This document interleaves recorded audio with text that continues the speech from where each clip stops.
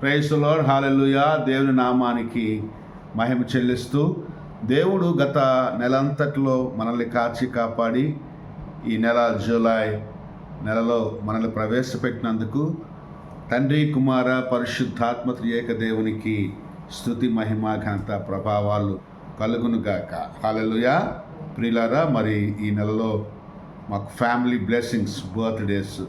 మా పెద్దబ్బాయి 2వ తారీఖు నాడు, అలాగే నా భార్య 4వ తారీఖు నాడు ఇదే నెలలో జన్మించారు. అందుని బట్టి దేవునికి మరింతగా కృతజ్ఞతాస్తుతులు నేను చెల్లిస్తున్నాను.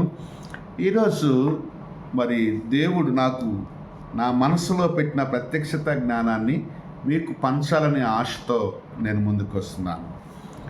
2వ పేతురు పత్రిక 3వ అధ్యాయము 9వ మాట చదువుకుందాం.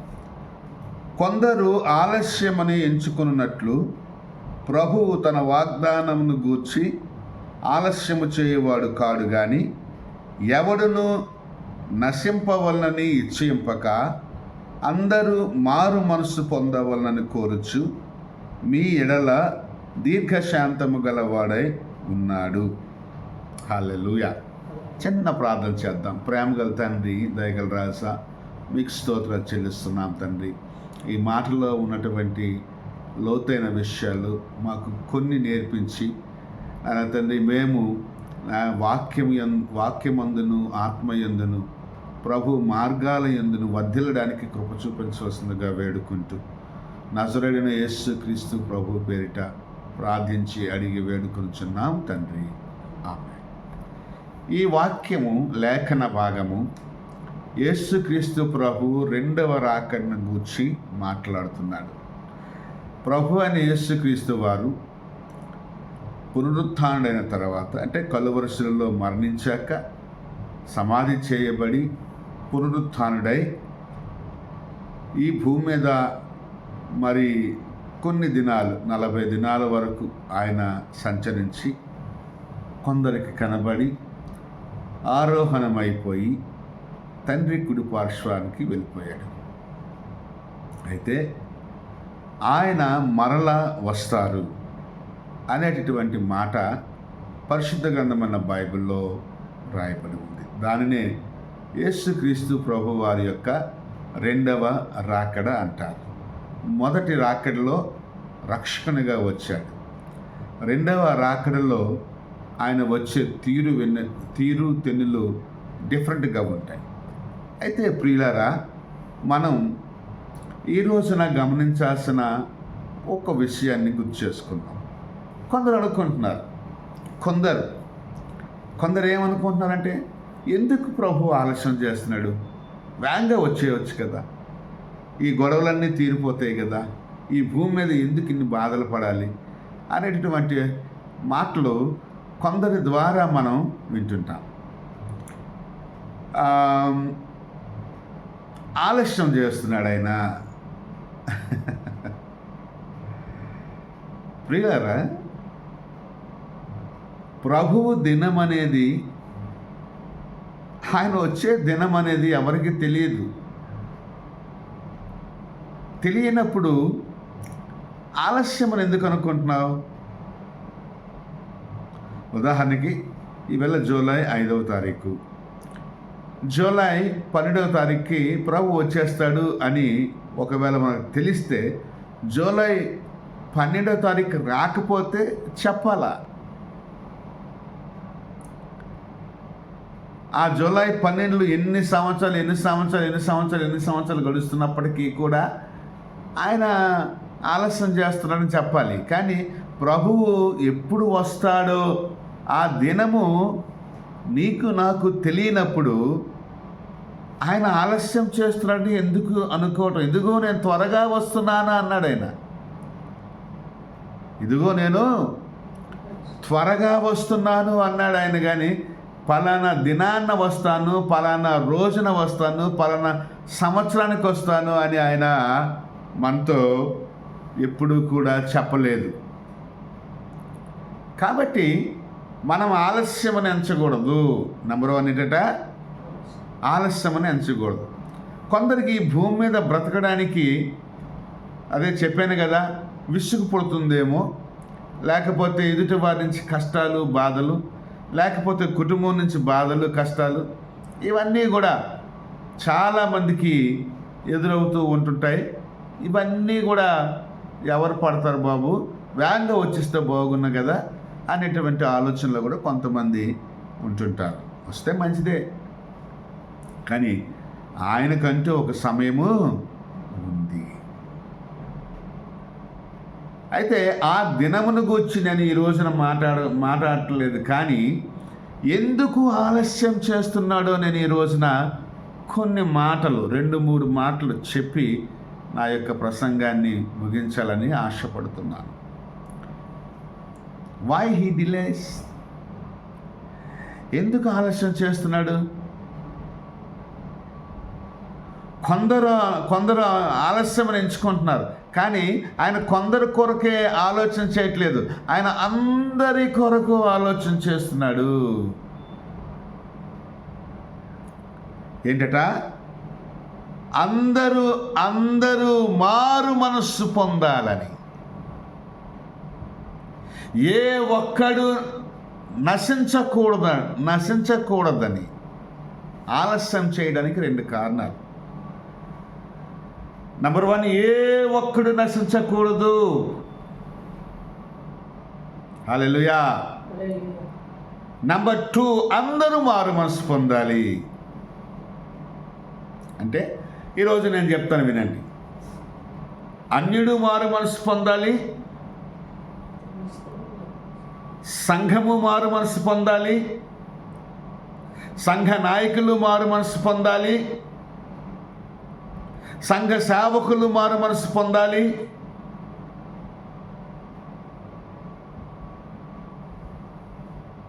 పరిశుద్ధులమని పిలువబడుతున్న ప్రతి నాయకుడు, ప్రతి కాపరి మారు మనస్సు పొందాలి. అంటే నేను అనేది ఏంటంటే, రక్షణార్థమైనటువంటి మారు మనస్సు పొందడం అనేది ఒక వంతు అయితే, ఆయన్ని ఎదుర్కోవడానికి కడబూర శబ్దము వినబడగానే మొదట నిద్రించిన వారు లేస్తారు, ప్రభువునందు నిద్రించిన వారు లేస్తారు. ఆ పిమ్మట సజీవులమైన మనము ఎదుర్కోవడానికి వెళ్ళాలి, ఆకాశ మండలంలోనికి ప్రయాణం చేస్తాం. నేను హిందీలో చక్కని పాట పాడి, నీలే ఆసమాన్కే పార్ జాయేంగే मेरा यीशु रहता वहाँ, हम मिलेंगे बादलों पर, देखेगा सारा जहां. అంటే అక్కడికి వెళ్ళాక, ఆయన వచ్చాక, ఆయన ఆకాశం మధ్యాకాశంలో ఆయన మనం కలుసుకుంటాం, ఎదుర్కొంటాం, సర్వలోకాన్ని అప్పుడు చూడగలుగుతాం అనేటటువంటి భావంతో ఆ రచయిత రాశాడు. మనము ఆయన ఎదుర్కోవడానికి, సజీవులంగా మనము ఆకాశంలోకి, మధ్యాకాశంలోనికి ఎత్తబడ్డానికి మనకంటూ ఒక రకమైనటువంటి క్వాలిటీ,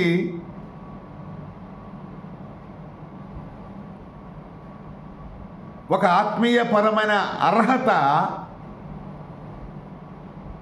ఈ భూమి మీద మనకి ఉండాలి. యేసు ప్రభు నమ్మావు, ఓకే, రక్షణ వచ్చింది, పాపాలు క్షమించబడ్డాయి.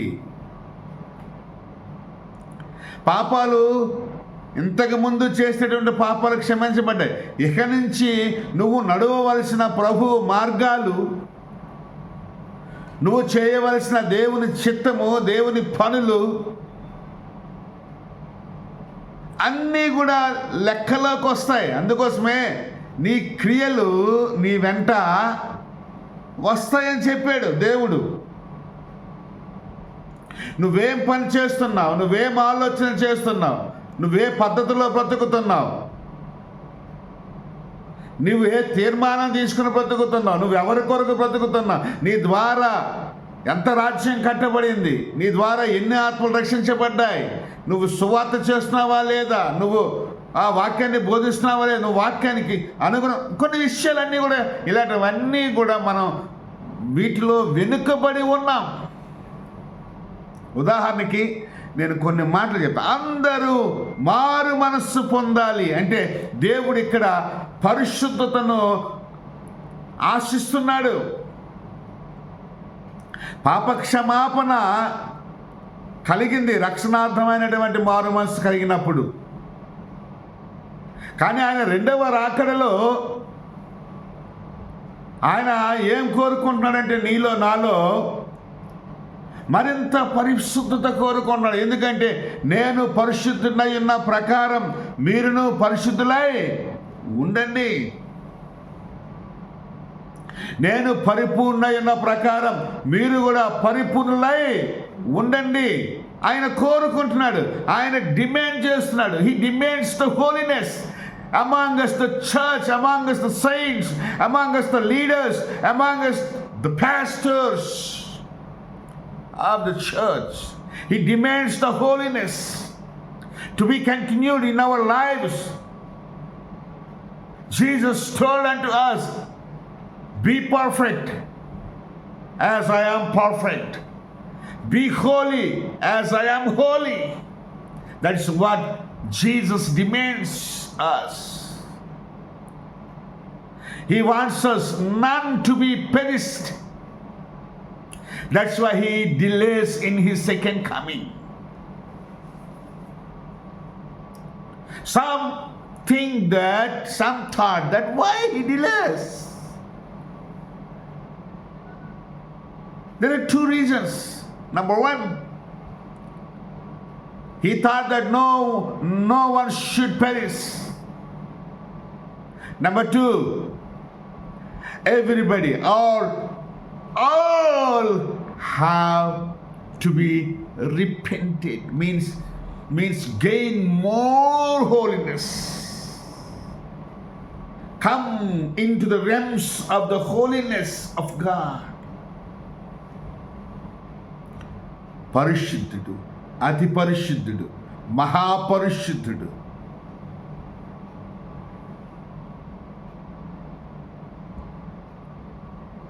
హల్లెలూయా. అది మనలో ఉండాలి. చేతిలో బైబిలు ఉన్నంత మాత్రాన నీకు పరిశుద్ధత రాదు. చేతిలో బైబిల్ ఉండాల్సిందే, మనసులో బైబిల్ ఉండాల్సిందే.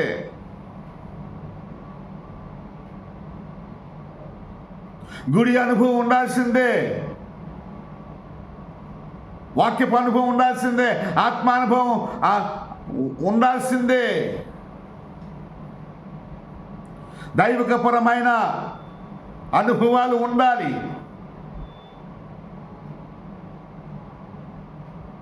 ఎందుకంటే ఈ రోజున శరీరాన్ని కట్టుకొని శరీరాన్ని నిరోధించుకొని ఎందుకు ఉండాల్సిన మన హావభావాలు, మన కోపతాపాలు, మన ఆలోచనలు, మన యొక్క ఉద్దేశాలన్నీ కూడా వదులుకొని సాక్రిఫైస్ అవ్వడానికి గల కారణం ఏంటంటే నీవు నేను ఆయనతో నిత్యత్వంలోనికి వెళ్ళాలి. ఆయన రెండవ రాకడలో సజీవంగా ఉంటే గనక ఎత్తబడాలి, లేక ఆయన యందు నిద్రిస్తే గనక ఎత్తబడాలి.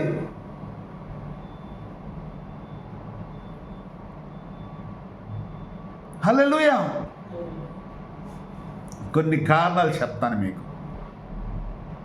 కొన్ని కారణాలు చెప్తాను. సూచనల కొరకు, రెండవ రాకడ కొరకు, ఆ దినము కొరకు, లేకపోతే జరగబోవు సంభవించబోవు భయానకమైన పరిస్థితుల కొరకు నేను బోధించి మీ మైండ్స్ ఇప్పుడు నేను డిస్టర్బ్ చేయను. కానీ ఆయన ఎందుకు మారు మనసు పొందమంటున్నాడో 3 విషయాలు చెప్తాను. నంబర్ 1, గలతీయులకు రాసినటువంటి పత్రికలో అపోస్తలుడైన పౌలు గారు మాట్లాడుతూ ఉంటుంటాడు. 4వ అధ్యాయము వెళ్ళండి. దీన్ని ఈ రెండవ రాకడను గూర్చి మరి పేతురు భక్తుడు అలాగే పౌలు భక్తుడు కూడా అద్భుతమైన రీతిలో వర్ణించారు. 4వ అధ్యాయము 18, 19 వచనాలు చదువుకుందాం. నేను మీ యొద్ద ఉన్నప్పుడు మాత్రమే గాక ఎల్లప్పుడూ మంచి విషయములలో ఆసక్తిగా నుండుట యుక్తమే. నా పిల్లలారా, క్రీస్తు స్వరూపము మీ యందు ఏర్పడు వరకు మీ విషయమై మరలా నాకు ప్రసవ వేదన కలుగుచున్నది. కొందరు మాట అంటే పడరు, మంచిదే.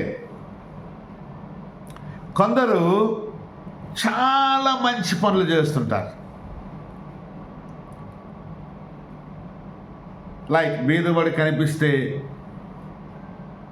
వాడికి సహాయం చేస్తారు, వాడి ఎందుకు కనికర పడతారు.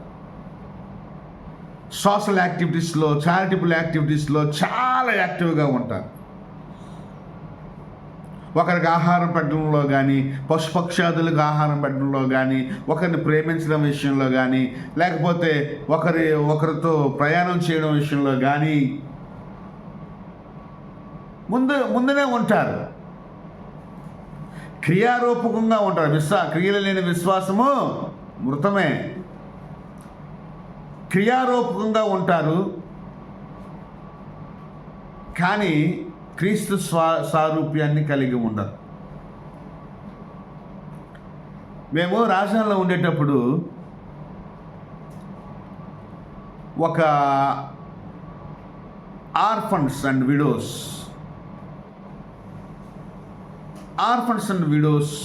ఆర్ఫనేజ్ని రన్ చేస్తున్నటువంటి వాళ్ళల్లో కొందరు ప్రతి నెల కూడా ఒక పెద్ద పుస్తకం పట్టుకొచ్చి డొనేషన్స్ కోసం ఇంటింటికి వస్తూ ఉంటుంటారు.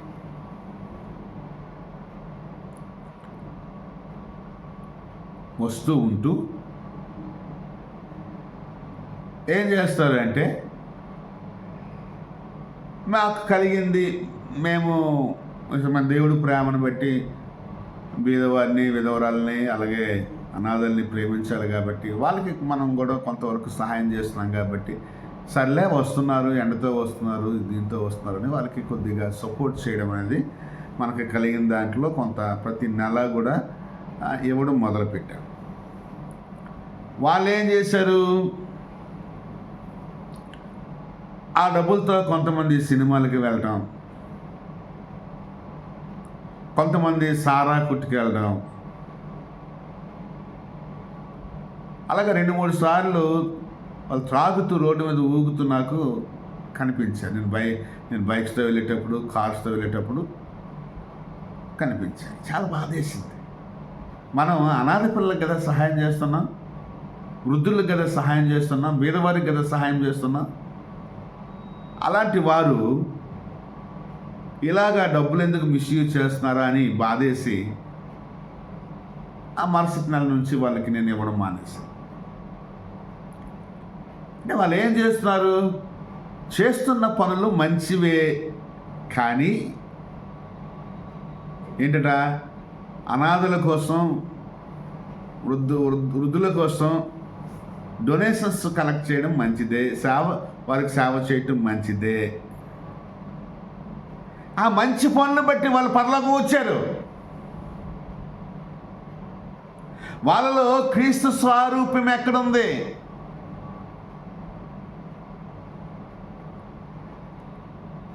క్రీస్తు స్వరూపం ఎక్కడ? అలాగే రాజాను అంటే నేను ఎప్పుడు చెప్పకూడదు కానీ, ఇలాగా కాయగూరల మార్కెట్ ఉంటుంది. కాయగూరల మార్కెట్లో ఒక పిచ్చోడు చిన్న నూతన నిబంధన గ్రంథం పట్టుకొని వెళ్తాడు. ఎప్పుడు వెళ్తాడంటే, ఆయన భిక్షాటన. మార్నింగ్ 5 o'clock నుంచి మార్నింగ్ 9:30, 10 వరకు మార్కెట్ గిరాకీ ఉన్నంత వరకు వాడు ఏం చేస్తాడంటే నూతన నిబంధనలు పట్టుకెళ్తాడు. అక్కడ ఉన్న ఆ కాయగూరలు అమ్మే వాళ్ళందరూ క్యాథలిక్స్. వెళ్తాడు, ప్రతి కొట్టుకు వెళ్తాడు, ఏదో చెప్తాడు, వాళ్ళకి 5 రూపాయలు 10 రూపాయలు ఇచ్చేస్తారు. మళ్ళా సాయంత్రం 5 గంటలకు వచ్చి రాత్రి 7:30, 8 వరకు కూడా అదే పని చేస్తాడు. అంటే కొన్ని వందలు ఉంటాయి, ఒక 100 కొట్లులాగా ఉంటాయి. 100 కొట్లు అన్నీ తిరగలేడు, ఒకే రోజు తిరగలేడు. రోజు వాడికి అదే పని. వాళ్ళకి నేను ఇన్నాళ్ళు అక్కడ సేవకుడిగా పనిచేసిన కానీ ఏ కాయగూరల వాళ్ళు కూడా నాకు ఫ్రీగా డబ్బులు లేకుండా ఇవ్వలేదు, కానుక కూడా పెట్టలేదు. నేను నాకు ఆశ్చర్యపోతుంది. పోనీ వీడికైనా ఇస్తున్నారేమో సంతోషం నాకు అనిపించింది. కానీ అది అయిపోయిన తర్వాత మళ్ళీ వీధుల్లోకి వచ్చి ఆయన అడుక్కుంటుంటాడు, భిక్షాటన చేస్తుంటాడు.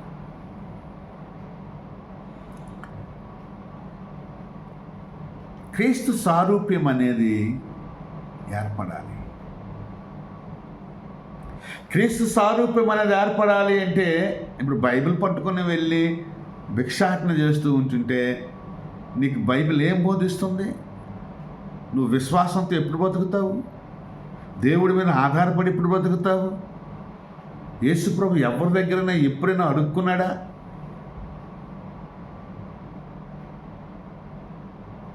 చెప్పండి.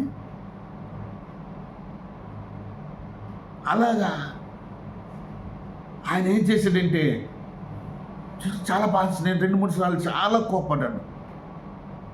నీకు ఆకలేసి చెప్పు, అన్నం పెడతాను. లేకపోతే బట్టలు లేవని చెప్పు, బట్టలు తీసి బట్టలు కుట్టిస్తాను నీకు. దయచేసి బైబిల్ పెట్టుకొని అడుక్కో మాకు బాబు. బైబిల్ తీసేసి అడుక్కో. కాకపోతే నువ్వు భిక్షాటనైతే భిక్షగాడివైతే గనక బైబిల్ తీసానన్నా అని చెప్పాను. కానీ ఆయనలో మార్పు రాలేదు. ప్రార్థన చేస్తూ నేను ఎప్పుడు రాజాం వెళ్తున్నా సరే, ఇప్పుడు విశాఖపట్నంలో ఉన్నాను, రాజాం వెళ్తుంటే ఆయన కనిపిస్తూ ఉంటుంటాడు. కొంతమంది పాస్టర్ గారు తొడిగేటప్పుడు ఇంకా అంతేనండి, మనకన్నా ఆయన ఆదాయమే బాగుందండి అని కొంతమంది అంటుంటారు. నాకు నవ్వు వస్తూ ఉంటుంటుంది. ప్రియులారా, అంటే ఒక ఉదాహరణగా చెప్పాను. ఈ రోజున మన సంఘాల్లో, మన సేవల్లో ఇంకా ఎన్నెన్ని లోపాలు ఉన్నాయో, ఇంకా ఎన్నెన్ని మనం సరిచూసుకోవాలో, వ్యక్తిగత జీవితాన్ని ఎంతగా మార్చుకోవాలో కదా. పొరపాటున ఆయన అనుకొనని గడియల్లో వస్తానని రాయబడింది. మనిషి అనుకోని గడియలో వస్తాడైన. Beyond on our expectations and thinking. God can come at any of his time. Unexpected time of ours.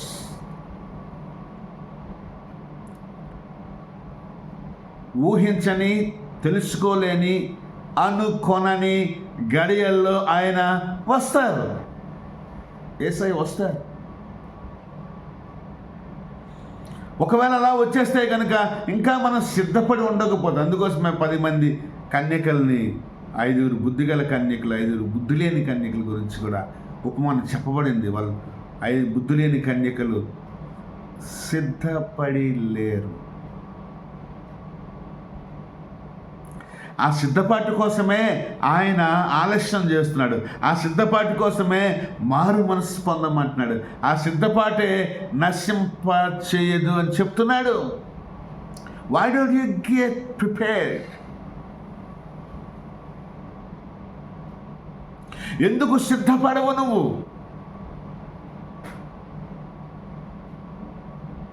శుద్ధ పలుకులు, పరిశుద్ధ పలుకులు పలకడం వరకే కాదు, మనం పరిశుద్ధ ప్రార్థన చేయడమే కాదు, మనం కానీ పరిశుద్ధతను అలవాటు చేసుకోవాల్సిన ఆవశ్యకత మన జీవితంలో ఉంది కదా. మన జీవితంలో ఏం పొరపాటు జరుగుతుంది, ఏం తప్పు జరుగుతుంది? నేను మంచిగా బ్రతుకుతున్నాను అనుకుంటున్నా, నేను మంచి పనులు చేస్తున్నాను అని అనుకుంటాం. ఇక్కడ అంటున్నారు కదా ఆయన, మీరు మంచి విషయంలో ఆసక్తిగా ఉంటా యుక్తమే. మంచి పనులు చేస్తామా? కొందరు ఐక్యంగా ఉందామంటారు, ఐక్యతే కనబడదు అక్కడ. అందుకోసమే టౌన్స్లో, సిటీస్లో, విలేజెస్లో ఒక ఫెలోషిప్, 2 ఫెలోషిప్లు అయిపోయి 2 ఫెలోషిప్లు 3 ఫెలోషిప్లు అయిపోతుంది. ఒక సంఘం 2 సంఘాలు అవుతుంది, 2 సంఘాలు 3 సంఘాలు అవుతున్నాయి. Where is your unity?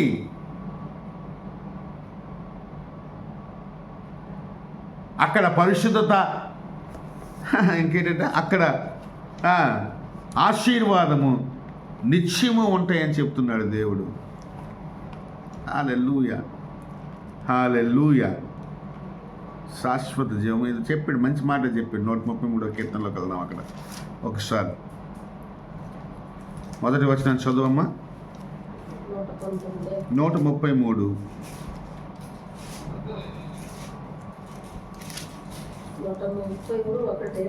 అచ్చట ఆశీర్వాదమును శాశ్వత జీవమును ఉంటాయని చెప్పాడు దేవుడు. ఎక్కడ ఐక్యత ఉంటే, మరి ఐక్యత లేకుండా తన్నుకోవడం దేనికి? నా లీడర్షిప్, నేనే నాయకుడిని, నేనే గొప్పవాడిని, నేనే జిల్లా నాయకుడిని, నేనే రాష్ట్ర నాయకుడిని, నేనే మండల నాయకుడిని, నేనే నియోజకవర్గానికి నాయకుడిని, నేనే డివిజన్కి నాయకుడిని అనుకుని ఉంటారు. Well and good, be a leader, నాయకుడిగా ఉండు, మంచి పనులు చేయి.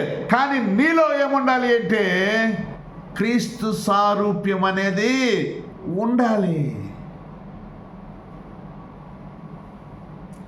క్రీస్తు సారూప్యం లేకపోతే గనుక ఒకవేళ ప్రభు రాకడికి ముందు నిద్రిస్తే గనక ఎత్తబడ్డం కష్టమవుతుందేమో, లేకపోతే సజీవుడిగా నువ్వు ఉంటే గనక ఎత్తబడ్డం అతి కష్టమవుతుంది. అందుకొరకే అందరూ మారు మనస్సు పొందవలనని దీర్ఘశాంతము చూపిస్తున్నాడు దేవుడు. హల్లెలూయా. క్రీస్తు సారూప్యం మనలోన ఉండాలి. కొందరు తప్పులు బాహాటంగా కనబడతాయి, కొందరు ఒంటరిగా చేస్తుంటారు తప్పులు. ఆదాము అవ్వ కలిసి బ్రతికినప్పుడల్లా తప్పులు జరగలేదు. కానీ ఆదామును విడిచిపెట్టి అవ్వ ఏకాంతంగా విహారయాత్ర ఎప్పుడు చేసిందో సర్పపు ఒడిలో పడి సాతాను ఉచ్చులో బిగుసుకుంది. ఆ సాతాను మాట, సర్పం మాట ఆహ్లాదంగా అనిపించింది ఆమెకు. దేవుడు వచ్చి మాట్లాడేసరికి సిగ్గుపడింది, శపించబడింది. ఆదామును వదలలేదు, అవ్వని వదలలేదు, సర్పాన్ని వదలలేదు, భూమిని కూడా వదలలేదు. దేవుడు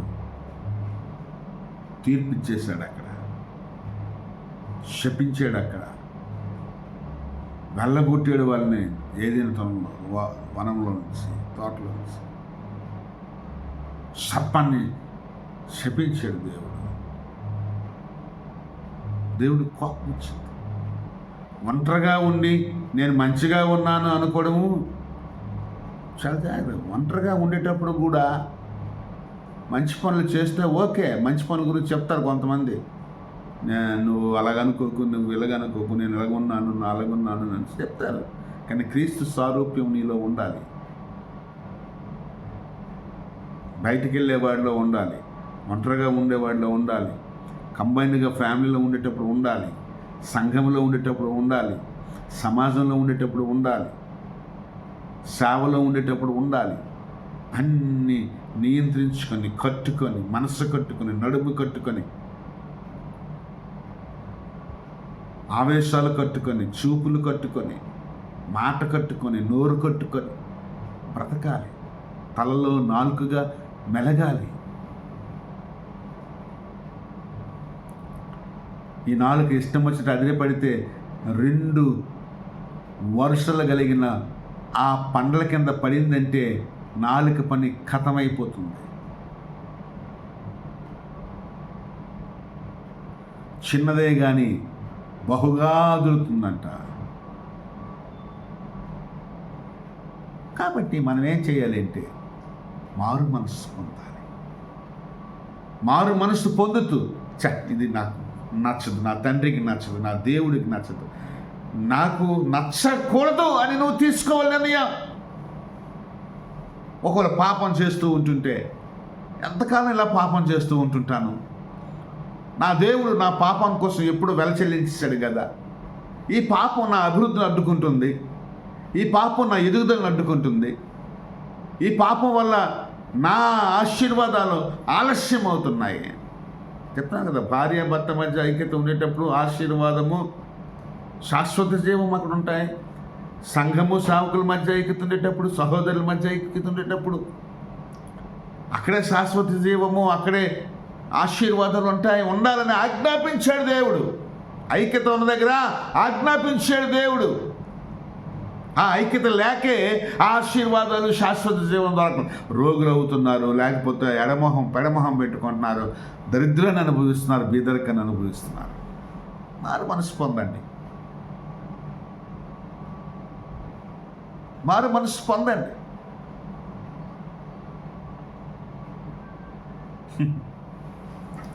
ప్రియులారా, ఇది మొదటి కారణం. ఇది 2-3 కారణాలు వచ్చేవారని చెప్తాను. రోజుకో కారణం చెప్తే మీకు అర్థమవుతుందని చెప్పి ఆగిపోయాను ఇక్కడ. నువ్వు మంచివాడిగా కనిపించవచ్చు బయటికి, కానీ యేసు క్రీస్తు సారూప్యం నీలో లేకపోతే కనుక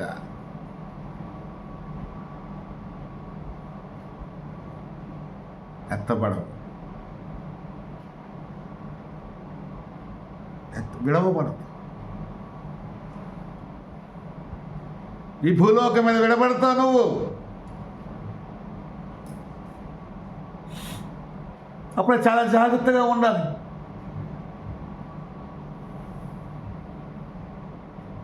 ఆ 5 బుద్ధి లేని కన్యకలు పడే బాధ ఎంత అనుకుంటున్నారా?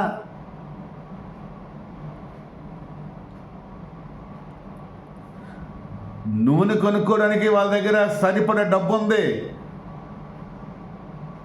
దివిటీలు ఉన్నాయి.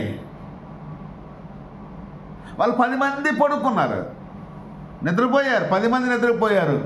ఇదిగో పెండ్లి కుమారుడు వచ్చాడు, లేకండి అంటే 10 మంది లేచారు. దివిటీలు చక్క పెట్టుకున్నారు. ఇంకా 5 దగ్గర ఏంటంటే ఆయిల్ లేదు. వాళ్ళని బుద్ధి లేని కన్యకలు అన్నారు.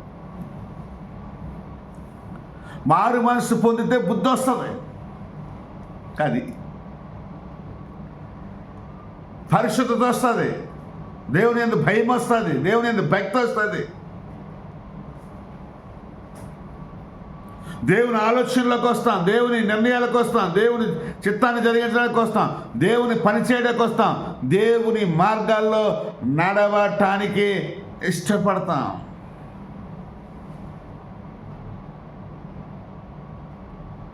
ఎంతోమంది ఘోర పాపిని నన్ను, హింసకుడు, దూషకుడు, హానికరుడిని, దూషణ అంటే నోటితో విపరీతమైన పదాలు, అన్ని కారాలు వాడినటువంటి అన్ని అలంకారాలు, కారాలు, మిరియాలు నూరినటువంటి ఈ నోటితో దూషించాను, నేను సంఘాన్ని దూషించాను, ప్రభువుని హింసించాను అంటాడు. సౌలా నన్నెందుకు హింసిస్తున్నాను, నువ్వెవరు ప్రభు అని అడిగాడు.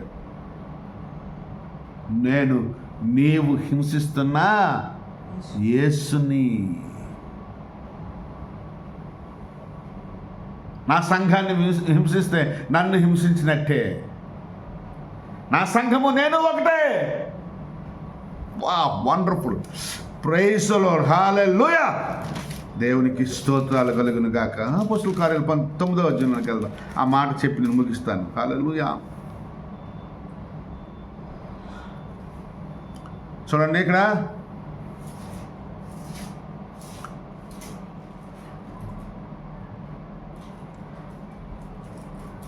9వ వచనం 9వ వచనం, ఈ మార్గమందున్న పురుషులను స్త్రీలను కనుగొని ఎడ్ల వారిని బంధించి యెరూషలేమునకు తీసుకుని వచ్చుటకు అతడు ప్రయాణము చేయొచ్చు దమస్కు దగ్గరకు వచ్చినప్పుడు అకస్మాత్తుగా ఆకాశము నుండి ఒక వెలుగు అతని చుట్టూ ప్రకాశించింది. ఇలాగ ప్రకాశించాలండి అందరి చుట్టూ. ఎవరు చెప్పినా వినరు, కొంతమంది ఎవరు చెప్పినా వినరు, ఎవరు చెప్పినా వినరు కొంతమంది.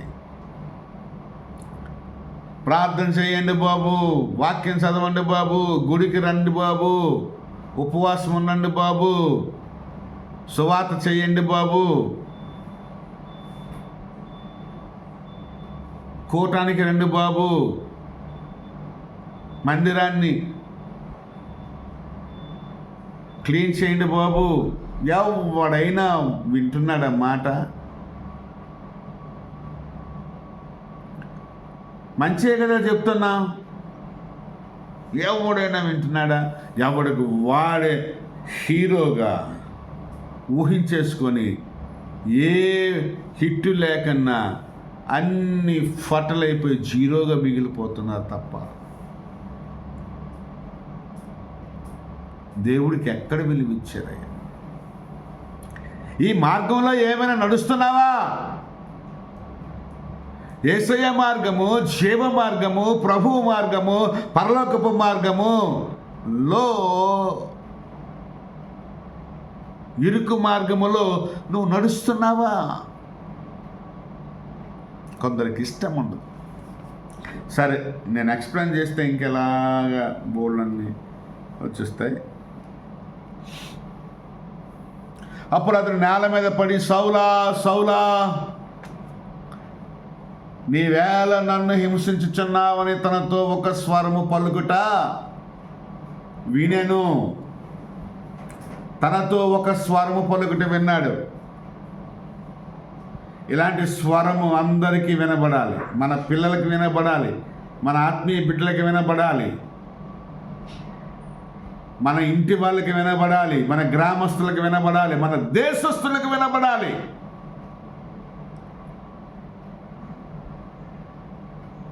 మన నాయకులకు వినబడాలి, మన ప్రభుత్వాలకు వినబడాలి,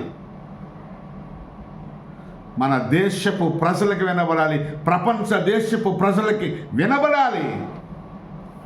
యేసు కనబడాలి, యేసు స్వరము వినబడాలి. అలా ప్రార్థన చేయండి. ప్రభు దర్శిస్తాడు వాళ్ళని, ప్రభు వారితో మాట్లాడతాడు. ప్రభువా నీవెవడవని అతను అడుగుగా, నువ్వెవరు అని అడిగాడు సౌలు. నేను నీవు హింసించుచున్న యేసును. హల్లెలూయా, హల్లెలూయా. ఇతడు సంఘాన్ని హింసిస్తుంటే అంటున్నాడు, సంఘంలో ఉన్న స్త్రీలను, సంఘంలో ఉన్న పురుషులను హింసిస్తుంటే, సేవకులను హింసిస్తుంటే ఆయన అంటున్నాడు కదా, నువ్వు నన్నే హింసిస్తున్నావు. అంటే సంఘాన్ని దేవుడు తన సొంతంగా తానంతా సమానంగా చూస్తుంటే, సంఘమా ఈ రోజున యేసుతో సమానత్వాన్ని నువ్వు కలిగి ఉన్నావా? యేసునకు కలిగిన పరిశుద్ధత కలిగి ఉన్నావా? యేసునకు కలిగిన ఆలోచనలు కలిగి ఉన్నావా? యేసునకున్న పరిశుద్ధతను కలిగి ఉన్నావా? పరిపూర్ణతను కలిగి ఉన్నావా లేదా ఈరోజు? ఒకవేళ లేకపోతే వెంటనే మారు మనస్సు పొందాలని దేవుడు నీ కోసం, నా కోసం ఆలస్యం చేస్తున్నాడు, దీర్ఘశాంతం వహిస్తున్నాడు. ఎవడును నశింపకూడదని అని ఇచ్ఛయిస్తున్నాడు. అందరము క్రీస్తు సారూప్యంలోనికి రావాలని ఆశపడుతున్నాడు.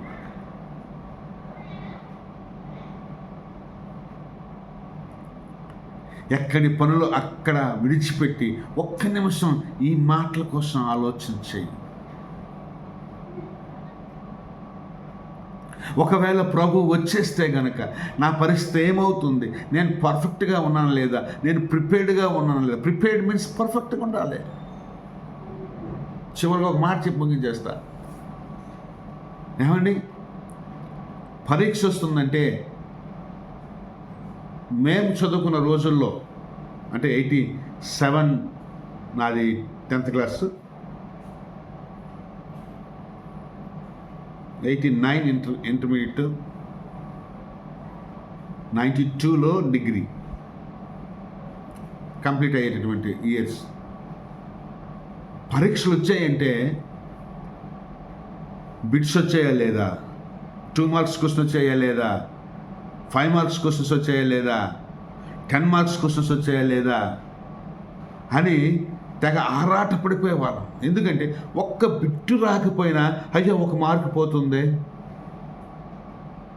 మాకు అప్పుడు 20 మార్క్స్ బిట్స్ ఉండేవి.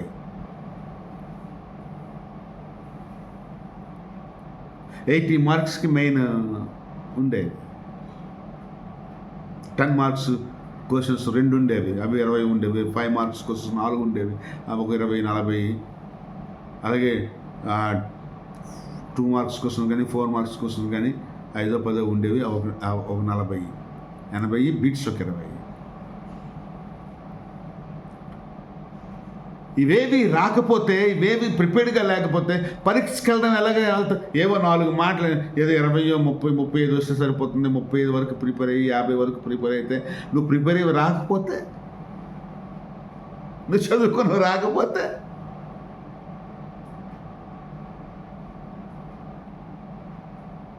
సిద్ధపాటు అంటే ఏంటి? అన్ని కోణాల్లో ఆలోచన చేసుకోవాలి, అన్ని విషయాల్లో ఆలోచన చేసుకోవాలి.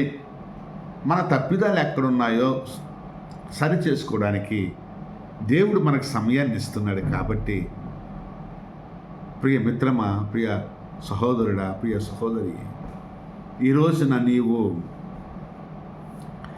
ఈ మాటలు ఆలకిస్తున్న నీవు ఒక్క క్షణం అక్కడ ఆగి, కరెక్టే కదా, ఒకవేళ ప్రభు వస్తే గనక నేను ఎత్తబడకపోతే నా పరిస్థితి ఏంటి? నేను ఎందుకు ఎత్తబడకూడదు? నేను ఎందుకు ఎత్తబడకూడదు అంటే, నేను ఎత్తబడకన్నా నాలో ఏమైనా ఆటంకాలు ఉన్నాయా? ప్రభు ఏం కోరుకుంటున్నాడు? ఇదిగో మారు మనసు కోరుకోమంటున్నాడు, పొందమంటున్నాడు, పరిశుద్ధత కలిగి ఉండమంటున్నాడు, క్రీస్తు సారూప్యాన్ని కలిగి ఉండమంటున్నాడు. ఆయనకి మీలో మంచి పనులే చేస్తున్నారయ్యా మీరు, కానీ మీలో క్రీస్తు సారూప్యం లేదు. ఓ అవివేకులైన గలతీయులారా, it is fine that you are doing good things. Hey Galatians, it is good to do good things, but you don't have the image and likeness of Christ. I have a great burden on you,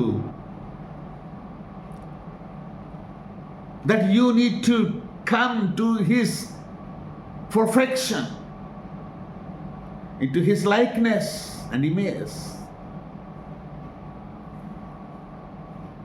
Don't stop to do good things, but have His likeness and image. We all have to come into Christ's likeness and image. That is why Jesus is delaying. He wants no one to be perished, That's why he has long suffering on you. He is waiting and waiting and waiting and waiting and giving you time, giving you me the time to get repent, to get perfect.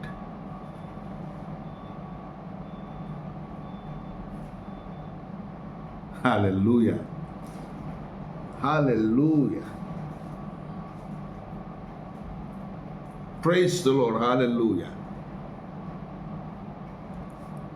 So that we can encounter the Lord in the skies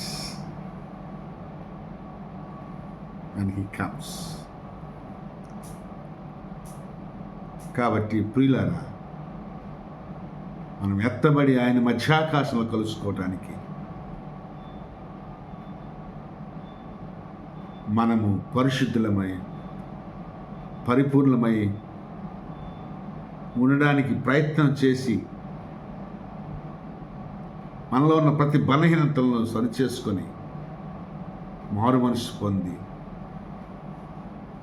ఆయన మార్గాల్లో జీవించడానికి ఇష్టపడదాం. ఇది మొదటి కారణాన్ని నేను మీకు చెప్పాను.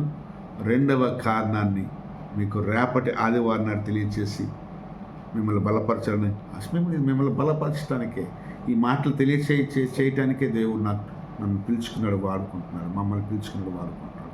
ఇవి మాకును వర్తిస్తాయి, మా బిడ్డలకి వర్తిస్తాయి, మా ఆత్మీయ బిడ్డలకి వర్తిస్తాయి, సార్వత్రిక సంఘానికి వర్తిస్తాయి, సకల ప్రజలకు అన్యులకు కూడా వర్తిస్తాయి.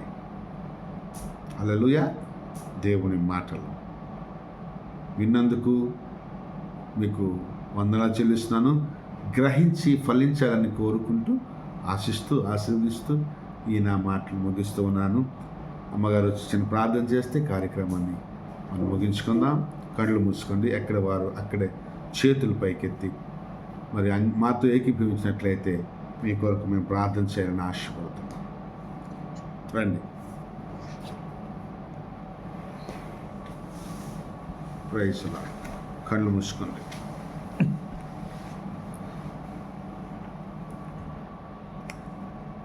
Yes please.